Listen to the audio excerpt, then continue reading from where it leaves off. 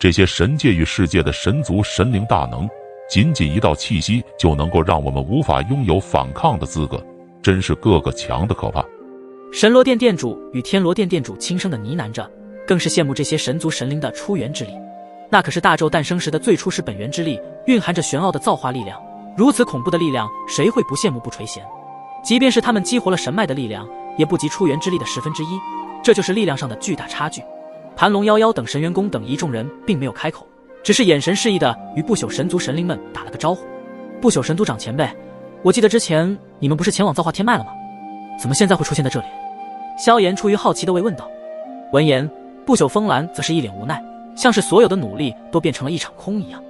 之前在得到创世神火的消息后，我们就在第一时间前往那所谓的造化天脉之地，然而我们进入的是一方被映照出来的世界。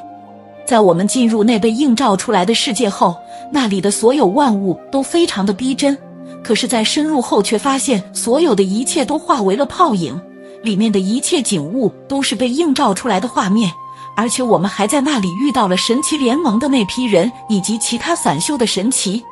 一听到又是神奇联盟，萧炎以及双龙尊主的脸上发生了变化。神奇联盟的人之前刚被我们击退，就又去了那个映照出来的世界，难道他们也是听到了风声，创世神火降临在造化天脉的消息？大龙尊主感到十分的疑惑，因为神奇联盟那收集信息的速度也太快了吧。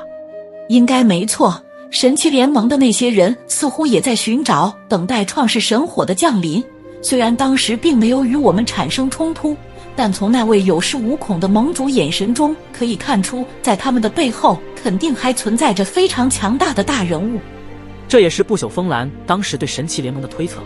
不然以不朽神族的神灵之姿，任何超神势力强者见到他们都得毕恭毕敬，甚至无比忌惮。可是神奇联盟的那些人却没有任何忌惮不朽神族的那种态度。不朽神族长想的应该没错，之前神奇联盟的那位盟主和9位副盟主被我重伤击退，还以为他们会找个地方好好疗伤，没想到这么快就前往了传出创世神火消息的造化天脉那边。如果背后没有神秘的大人物，我们都不相信他们的消息会如此灵通，而且并不惧色我们神族神灵。那位大人物究竟是何等的存在？双龙尊主眉头微皱，如果他们所预料的没有错，这位神奇联盟背后的大人物恐怕实力无比之强，甚至还能够与他们这些神族神灵掰手腕。重伤？我见到他们的时候根本就没有受伤，整个身躯充满着力量。不朽风兰疑惑的柳眉一挑，因为他根本没有看到神奇联盟的一众人有受过伤的样子。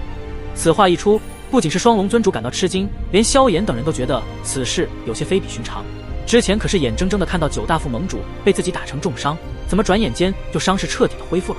就算是道心不灭，也不可能在如此短的时间内就能够自己的伤势彻底的痊愈。双龙尊主前辈，依小辈看，这让人无法理解的手段应该与那神奇联盟背后的大人物有关了。经过一番深思，所有的线索都指向这位大人物，萧炎的猜想已经大差不差了。双龙尊主也点点头，认可萧炎的说法，只有这样才可以说得通了。没想到这下界中的神奇联盟这道巨无霸势力，居然还隐藏着连我们都不知道的手段，非常的好奇那位大人物究竟是什么人，是何方大能，真是越来越感兴趣了。虽说神奇联盟背后的大人物很强大，似乎所有的一切都在他的掌控之中，但是他们这些神族神灵可也不会因此忌惮他，神族的底蕴和实力也不是那位大人物就可以对抗得了的。不过我还是提醒一下，神奇联盟背后的大人物很不简单，虽然我没有与他接触，但我有一种感觉到所有的变数都因他而发生改变。不朽风兰作为不朽神族的新任神族长，他的敏锐感知自然不会出错，而且他拥有的不朽之力比起其他不朽神灵会更加的精纯与完整。这也就是神族之间各个神灵的最大差异，神族中有低阶神灵、中阶神灵、高阶神灵，而在高阶神灵之上的乃是神族之长，他拥有着比高阶神灵还要精纯完整的不朽之力，一旦释放出来，那力量可不是一位高阶神灵可以抵挡得了的。所有的变数都发生改变，不管他有多么的强大，我双龙尊主一定会全力以赴。他们2位乃是应龙神族最顶尖的高阶神灵，2人龙印合力更是可以与造化巅峰主神对抗1、2。萧炎以及神元宫的众人知道，后面的对手将会越来越强大，他们现在的实力根本无法对战造化级别的存在，对方只要愿意，一个巴掌下来都能够引动天地规则，将他们全部覆灭。大道主神的力量在神藏中也只能属于中端局，而真正的高端局便是造化。萧炎、盘龙两位神殿殿主，这几位大道主神将自己的拳头握紧，眼神中更是对造化之境的玄奥力量充满了渴望。这时盘龙的那双龙瞳看向不朽风兰，恭敬道：不知刚刚不朽神族长所说的唤醒恶魔是怎么一回事？盘龙的话语如同一颗投入宁静湖泊的石子，激起层层涟漪。原本喧闹的现场瞬间陷入死寂，空气中弥漫着一股紧张的味道，仿佛连呼吸声都被这死寂的气氛所掩盖。所有人的目光都聚焦在不朽风兰身上，期待着他接下来的解释。不朽风兰的美眸深邃而神秘，仿佛能洞察人心深处的恐惧。下一秒，他的声音低沉而有力，每个字都像是千钧重担，压在每个人的心头。我得到的消息是，灭神府将计划封印在神藏深处的恶魔之躯解封。随着不朽风兰的话音落下，四周的空气变得更加的凝固起来。众人脸色骤变，有的面如土色，有的瞳孔紧缩，仿佛看见了末日的景象。恶魔之躯这4个字在他们心中烙下了深深的恐惧，那是毁灭恐怖的存在。盘龙虽然外表比起其他人会冷静许多，但眼中还是闪过一丝不易察觉的担忧。恶魔之躯可不是普普通通的4个字，那可是能够牵动整个大纣安危的存在。灭神府的这一次行动，无疑将为如今的大纣带来前所未有的大动荡。恶魔之躯是那暗黑大帝的另一个部位。萧炎的眼珠子都瞪大起来，一听到暗黑大帝，他的血液都会不由自主的剧烈沸腾起来，因为这恶魔的力量实在恐怖到无法测量。当年仅仅一只大帝之手和大帝之脚，就已经让他感到窒息一般的暗黑大威压，如今在这神藏之中，居然还封印着大帝之躯，而这大帝之躯的力量，怕是比起前两者的部分只会更强。对，那是恶魔的身躯，其力量比起其他部位是更加的恐怖存在，就算是造化主神都无比的忌惮。不朽风兰的绝美容颜上也挂着一抹令他都感到对恶魔之躯的忌惮之色。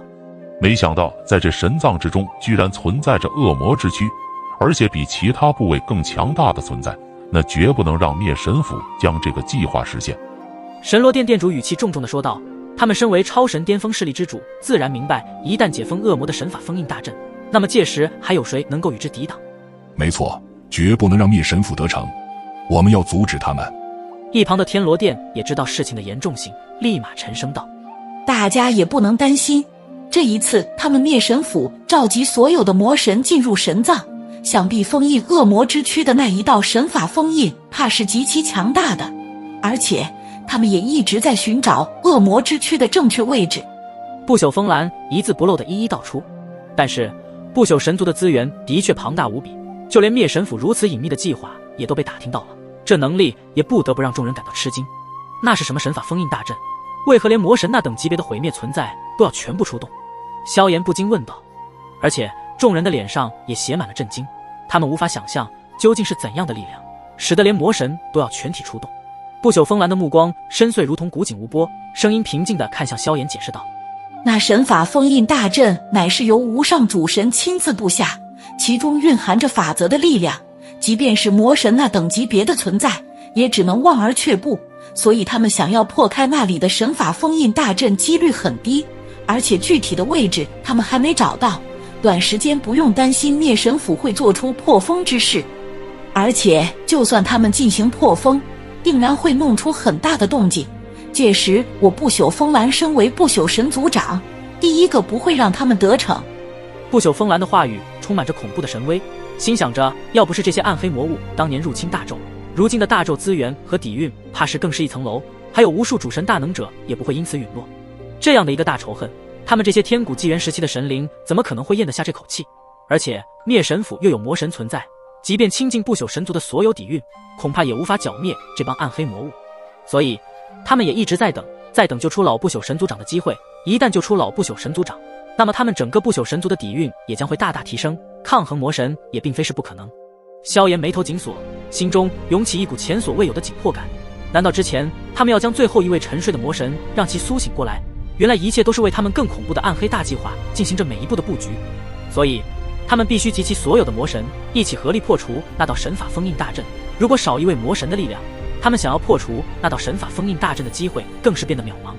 这也是萧炎得出的结论。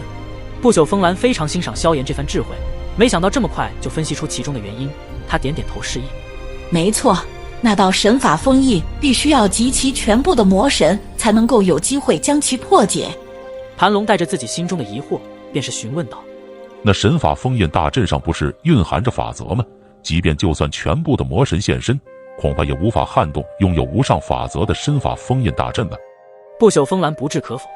你说的是没错，可是经过千万载的时间，使得那道神法封印大阵的能量开始有所减弱。那不应该啊！据我的记忆，拥有无上法则的身法封印大阵不受时间长河的约束，就算时间过去千万载还是1万载，无上法则都会一直存在。无上法则乃是永恒，不会因为时间而发生改变。这也是盘龙在自己那破碎的记忆中对无上法则的认知与了解。见到盘龙对无上法则的如此了解，不朽风兰但是一点都不惊讶，因为盘龙的本体是造化神器，虽说少了混元魄，不管是记忆还是力量都会受到严重的分散。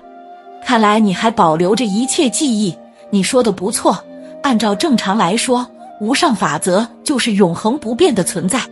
其实我刚开始发现这问题的时候，也与你一样的想法，感到十分的疑惑。然后再经过我对神藏中各大面貌世界的逐一排查，让我发现了非常诡异的事情。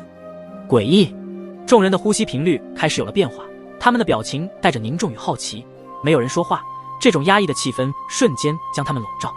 我动用自己的完整不朽之力，隐隐感知到在神藏的深处中还有一股莫名的神秘能量，每隔一段时间就会从神藏深处溢出来，而这股神秘能量可导致整个神藏的规则之法都发生改变，而就是这种的改变，导致了那恶魔的封印神法大阵所在之地也同样引起了规则的变化。一旦规则受到变化，就算是永恒的法则之法，一样会随着时间长河的流逝发生某种质变。什么？众人没有一个听了不震惊的，他们怎么也没有想到，在神藏的深处居然还存在一股能够导致规则之法的神秘能量，而且正一步步地吞噬神藏的规则。神藏中还有一股莫名的神秘能量存在，难道是那恶魔所留的手段？盘龙震惊地问道。但是这个问题，即便是对于不朽神族的神族长来说，也是一件很难答得上来的问题。不朽风兰低沉道：这个我也不清楚，但是我已经动用不朽之眼去查了，依旧无法窥探那股神秘能量是否与恶魔有关。但可以肯定的是，那道神法封印大阵的法则之法，就是被那神秘能量一点一点的吞噬，从而发生那里的规则改变。这也是目前我能知道的所有信息了。连拥有法则之法的神法封印大阵都可以一点点的吞噬，改变那里的规则来削弱封印法则，这到底是不是恶魔所保留的手段？如果是，那么事情也理得通顺一些；如果不是，那么又会是谁那么强大，恐怖到可以一点一点的吞噬封印中的法则之法？那可是无上法则啊，乃是永恒的存在，连永恒都会被吞噬的话，那股神秘能量究竟是什么东西？盘龙让自己陷入所有的记忆中，希望能够找出这个答案出来。可是他努力的去回想，他只感到自己的脑海正在剧烈的荡漾，一股疼痛感充斥着他的大脑，但依旧没有任何关于那股神秘能量的真相。盘龙前辈，想不起来就先不要去逼迫自己去想了，或许你的这段记忆就是混元魄所带的记忆，再如何去想，你终究不能得到真正的答案。只有找到你的混元魄，那么你这丢失的记忆就回来了，到时候一切的真相都会水落石出。看到盘龙那陷入记忆中的痛苦，萧炎能够理解到对方此时是何种难受的心境，便开口安慰劝说。在萧炎的劝说下，盘龙也不再去想这个问题，因为他觉得萧炎说的没错，于此在这里毫无意义的去想，倒不如日后寻得混元魄，那丢失的记忆就会重新回来了。不朽神族长、双龙尊主前辈、盘龙前辈，两位神殿殿主前辈，不管神藏深处的那股神秘能量是否与暗黑大帝有关系，我们都不能让暗黑大帝从那神法封印大阵中出来，不然到时候整个下界甚至是上界也会受到波及，后果不堪设想。萧炎仿佛是主持大局者一般，他那冷静的神态让大家感到微微吃惊。虽说他的实力不过是大道主神的层次，但是他的这一份冷静执掌大局的神态，可不是能够在如此年轻的一位大道主神身上可以表现出来的。